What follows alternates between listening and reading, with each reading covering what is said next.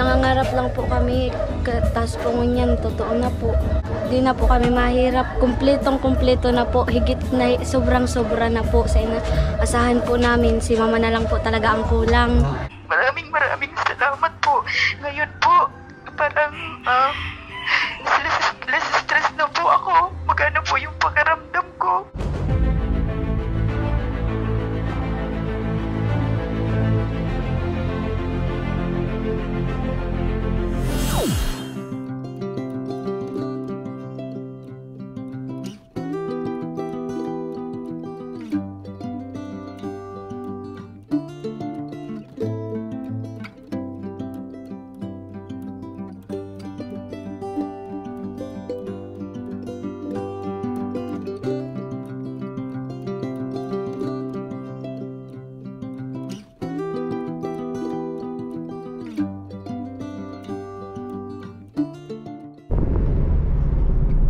Ayun, what's up guys?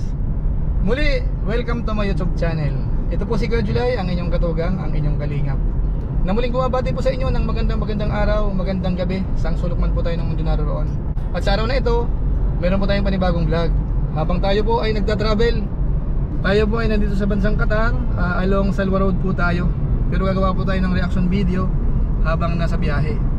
Ang pinaka main topic po natin sa ngayon ay yung patungkol po doon sa OFW po sa Saudi, na yung dating gusto nang magpakamatay. Kaso nga lang sa ngayon, mukhang nahimasmasan po siya dahil sa tulong ng mga vloggers at saka mga sponsors. So pag-uusapan po natin yan, bakit nga kaya mukhang nagbago yung isip ni Ate Julie. Tuluyan na po kayong magbago yung kanyang naisip na pagpapakamatay nung una. So pag-uusapan po natin yan. Pero syempre bago po yun, paalala muna si Kuya July, baka sakaling meron pa po ditong hindi nakasubscribe sa ating YouTube channel, huwag po natin kalimutan pakisubscribe, tapos pakipindot po yung notification bell button para lagi po tayong updated sa aking mga video upload.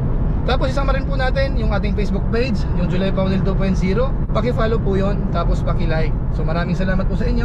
At gaya po ng dati, isama po natin sina Kuya Bal Santos Matubang, si Kalinga Prab, si Ate Edna Vlogs, at saka po si Japper Sniper.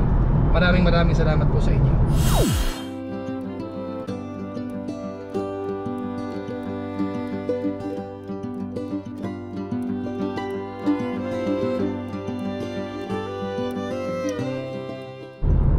Ngayon, tuloy na po tayo. Pag-usapan na po natin yung pinaka-topic po natin sa pagkakataong ito.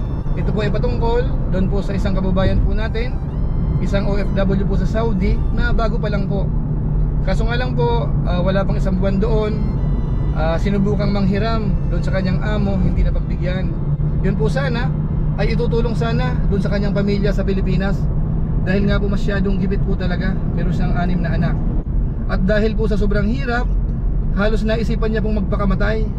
Kaso nga lang po sa ngayon, dahil nga po inilapit niya sa isang vlogger sa Pilipinas, si Kalingap Alvin, natulungan po yung kanyang pamilya. Kaya sa ngayon, masasabi natin, mukhang nahimasmasan na po siya. Ngayon ko niya pong maaalala, nung nakaraan, unang napanood po natin yan kay Kalingap Alvin, at ginawa din po natin ng reaction video. Nakita po natin yung kalagayan ng kanyang mga anak doon sa Pilipinas. Talagang kahit yung pang araw-araw na pagkain, halos wala po sila. Yung bahay sirang-sira, at kapag po umuulan, nakikitulog lang po sila doon po sa malapit sa bahay nila. Ngayon po mga katugang makalingap, dahil po dyan, nag-decide po si Kalingap Alvin na tulungan siya. Actually po nung una, si Kalingap Alvin, nagkaroon daw po siya ng maraming bashers, dahil nga po sinasabi nung ilang mga nagko-comment, hindi raw po kaya ni Kalingap Alvin na tulungan yung pamilya na ito.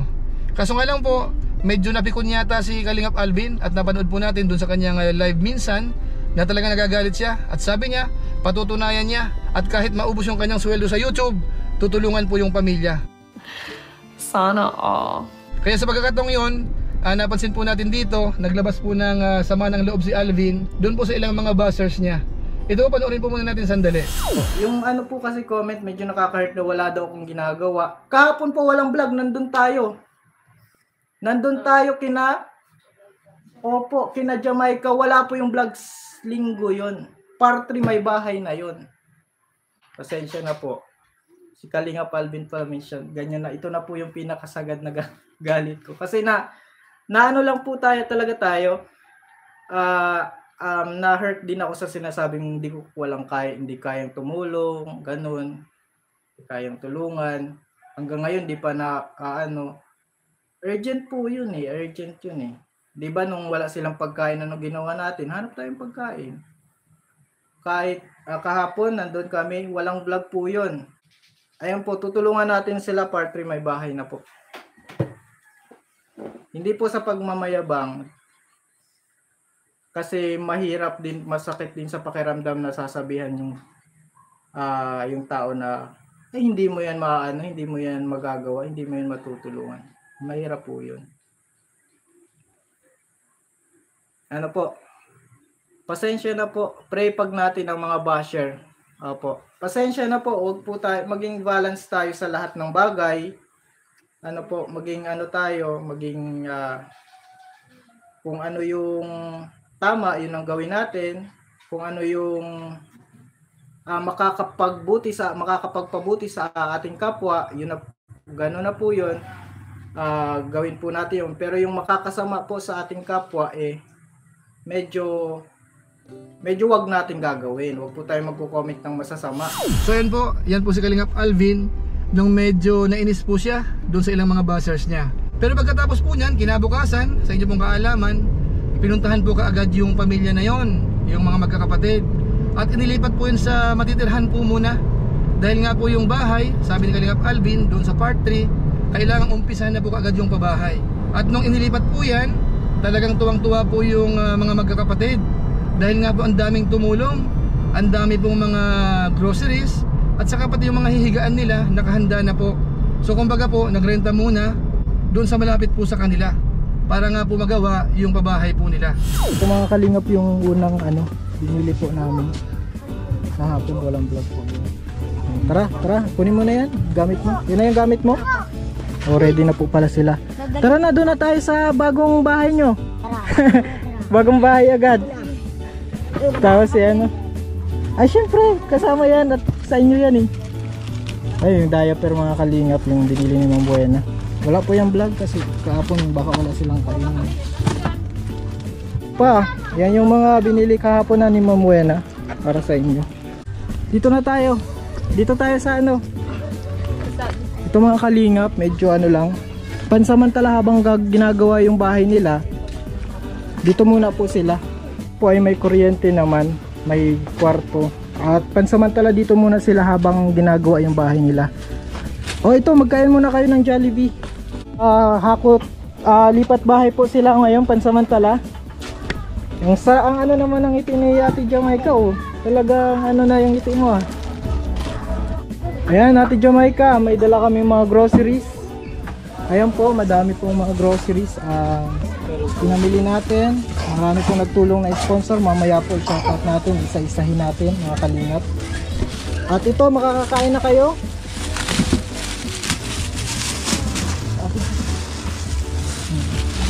Ito Ate Jamaica. Okay, masaya ka ba Ate Jamaica? Iya po. Ito po yung nyo po yan mga plato, bago yan plato, kutsara, baso, andyan na lahat. Tsaka nasa yung uniform, may uniform pa yan. Andito yung uniform. Andito yung mga may pa uniform kami Ito mga uniform to. Tapos damit, Mga personal damit. things. Tsaka pang Yung mga sapatos nyo, may sapatos, sige sukatin natin yung mga sapatos. Madami po mga Kalingap mula sa mga sponsor at mula sa ating channel. Madami po. At bukas papasimulan na namin yung bahay mo Hanap po tayo ng meron na kaming mga karpintero. Magle-layout na lang bukas. Yan po mga Kalingap. At busog na. Busog na po ang mga bata. Yan. Kaya Alvin, maraming salamat po. Kasi po, nangangarap lang po kami, tapos po ngunyan, totoo na po. Di na po kami mahirap, kumpleto na po, higit na, sobra na po sa asahan po namin, si mama na lang po talaga ang kulang. Kaya po, maraming salamat po talaga. Saka pati na po kay Papa God, sobrang thankful po ako. Kasi po, binigay niya po kayo, pinalapit niya po kayo sa amin. Saka po, pangalawa po, gusto ko pong magpasalamat sa mga sponsor. Yes. Lalo na po kina Kuya Jeffrey po, yung unang-una pong tumulong. Sunod po sa inyo po, kasi po ginawa po kayong way ni Papa God para malaman po ng ibang tao ang kalagayan ng buhay po namin. Kaya po maraming salamat po talaga. So ayun po, yun po yung unang ginawa ni Kalingap Alvin. Ilipat po muna yung magkakapatid, tapos mabigyan ng sapat na pagkain, groceries, mga dilata, at saka maayos na mahihigaan. So maraming salamat po kay Kalingap Alvin sa kanyang ginawa, at saka syempre doon sa maraming sponsors. Dahil dito po talagang marami pong tumulong, mga katugang mga Kalingap. Kahit po doon sa para sa pabahay, talagang marami pong nag-sponsor. Actually kahapon, doon po sa part 3 ni Kalingap Alvin, inumpisan na po yung pabahay. Kaya po sobrang tuwa nung kanyang nanay, dahil kinausap po uli ni Alvin through phone habang nasa Saudi, at mukhang nahimasmasan, mga katugang mga Kalingap. Siguro po mas maganda panoorin po natin at pakinggan kung paano po nahimasmasan si Ate Julie. Ito po yun.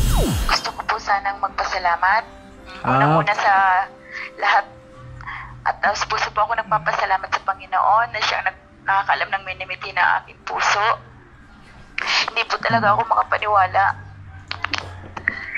Speechless po kasi ako. Hindi ko alam na kung totoo na po talaga to. Kasi po sa isang iglap lang po nagbago yung sitwasyon ng mga anak ko doon. Nagkaroon po sila ng pag-asa. Hindi na po nila mararanasan yung gutom. Hindi na po nila mararanasan yung mapasok sila sa eskwela na walang laman ng tiyan. Hindi na nila mararanasan yung magiging sila ng gamit para ng papel, ng lapis para makasulat. Hindi, at saka basta po, hindi po talaga ako makapaniwala. Akala ko nga po nananaginip lang po ako. Kasi habang pinapanood ko po yung ng mga anak ko, halos para po bagang biglang kumain yung pakaramdam ko. Nagkaroon po ako ng pag-asa. Parang pumasok agad po sa isip ko na parang mali po talaga yung decision ko. Kasi parang pong nakalimot talaga po kay sa sobrang stress na po sa buhay. Pero ngayon po, dahil po sa inyo, kay Mate Rinalyn, kay Kalingap Alvin, at sa mga sponsor, nabago niyo po ang masamang naisip ko. Ngayon po, ramdam ko po kasiyahan ng mga anak ko sa Pinas. Ngayon po, na dati po, ang nararamdaman ko dito, halos ang sakit ng dibdib ko, sakit ng ulo. Na halos wala na po kong maisip na solusyon. Pero, bigla na lang po bagang parang pinaramdam sa akin na parang bigla ko pong naisip yung mate ko na i-share yung problema ko. Ayun na po pala, yun pala yung way na magkaroon pa pala po ako ng pag-asa na di ko akasal ng aking buhay. Sa lahat-lahat pong tumulong po sa aking mga anak, maraming salamat po. Ngayon po, parang less stress na po ako. Magana po yung pakiramdam ko. Tuwing magising po ako, naka-smile na po ako dito kahit sobrang pagod po sa trabaho. Di ko na po nararamdaman yun. Kasi sa totoo lang po, anak ko po, priority ko. Sila po ang buhay ko. Pero ngayon po, binago niyo po yung sitwasyon nila doon. Hanggang na po ako sa buhay. Magsusumika po ako dito, mag-iipon po ako para po sa mga anak ko. Tama yan. Mag-business na po ako yung pag-uwi ko po. Very good po, Ate Jolie. So yun po mga kababayan, iyan na po si Ate Julie ngayon, yung OFW po sa Saudi, na halos ma-depress at halos gusto na magpakamatay nung nakaraan. Pero ngayon po, dahil sa tulong po ng isang vlogger at saka ng mga sponsors, iyan po, tuluyan na po nagbago yung kanyang isip at mukhang na-relax na po siya. At siguro naman, makakapagtrabaho na po siya ng maayos doon sa Saudi. Kaya maraming salamat po doon sa mga sponsors na tumulong. At siyempre doon po sa Scouter o kung sino man po yung nag-refer kina Alvin, maraming salamat. Dahil kung hindi po dahil sa inyo, yung classmate ni Julie, baka hindi pa po yan natulungan ng vlogger sa Pilipinas. Pero dahil sa inyong malasakit, sa inyong kaklase, ayan po, mukhang gaganda na po ang buhay nila. Dahil meron na pong bahay, siguro po within 1 month o hindi na po aabutin, yung bahay po na yan, matatapos na yan. Kaya masasabi natin, maraming salamat po uli. Pangunahin po sa Diyos, tapos po dito sa vlogger na si Kalingap Alvin, suportahan po natin ang kanyang YouTube channel. At saka po doon sa mga mababait at nagmamalasakit na sponsors, marami po kayo, maraming salamat po sa inyo. At syempre dito po sa nag-refer o kaya sa scouter, maraming salamat. Naway marami pa pong matulungan ang mga kababayan po natin sa Pilipinas na mga charity vloggers. At syempre pasalamatan po natin si Kalingap Rab at saka si Kuya Bal Santos Matubang. Dahil kung hindi po sa kanila, baka si Kalingap Alvin hindi rin po magkakaganyan, maging charity vlogger din po katulad po nila. Kaya maraming salamat po Kuya Bal Santos Matubang. Naway yung ating mga viewers, suportahan po natin si Kuya Bal, si Kalingap Rab. At syempre ang inyong lingkod, si Kuya July Paunil. Pati na po yung ating Facebook page, isama po natin. So maraming salamat po sa inyo. At kung inyo pong nagustuhan po yung vlog natin sa ngayon, i-share po natin. At doon sa mga hindi po nag-skip ng ads, masipag mag-like at saka nag-share ng ating mga videos, maraming salamat po sa inyo. So ito po, nandito na po tayo sa bandang Aspire area. Halos tapos na po yung ating vlog sa ngayon. Pero syempre, ipapasal ko kayo dito. Mamaya ko na po ito papatayin, bandang dulo, para makita nyo po yung ilang lugar dito sa bansang Qatar. Ayan po.